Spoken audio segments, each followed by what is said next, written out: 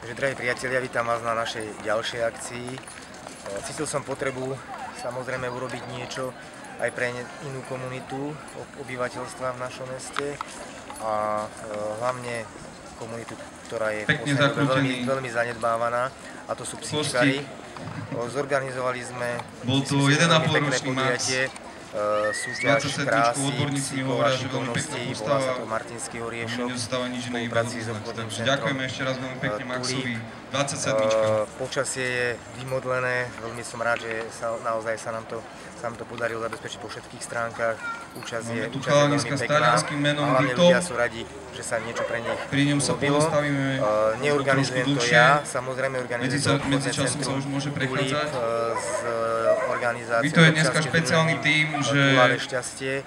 A ja som len veľmi rád podporil túto akciu. Mám tu na ináč veľmi vzácneho hostia. Ak je niekomu, musím Ľudsku, som rada, že sa niečo také deje. Chcela by som vyjadriť podporu tomuto podujatiu a vlastne aj pánovi Zemkovi. Určite ho podporí aj celá naša organizácia a myslím, že aj iné organizácie na ochranu zvierat na Slovensku. Nemalo stávať, ale asi to nejak v chovnej stanici ušlo pozornosti, ale má vynikajúcu povahu a myslím, že je to ideálny pes do rodiny, k deťom.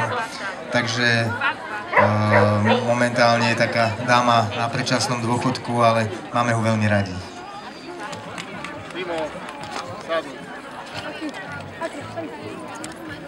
Sadni! Nie. Ty ho môžeš pustiť. Stále. Ino! Dobre. Dobre, dáme si... Poprosím o ukážky. Pravo bod. Pokolom kost.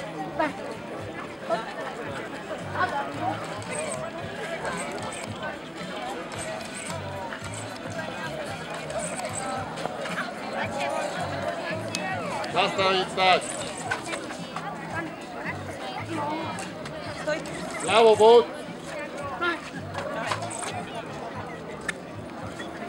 Ľavo bod.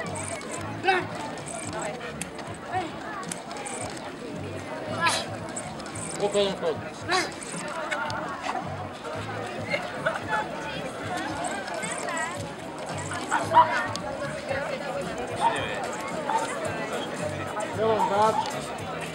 Naozaj úprimnú radosť z vydarenej akcie, čo samozrejme predpokladám, že sa stane tradíciou, tak ako sme sa s obchodným centrom Tulip aj dohodli. Takže vám prajem príjemný zbytok nedele a pokojné naštartovanie sa do ďalšieho týždňa. Všetko dobré, ďakujem pekne.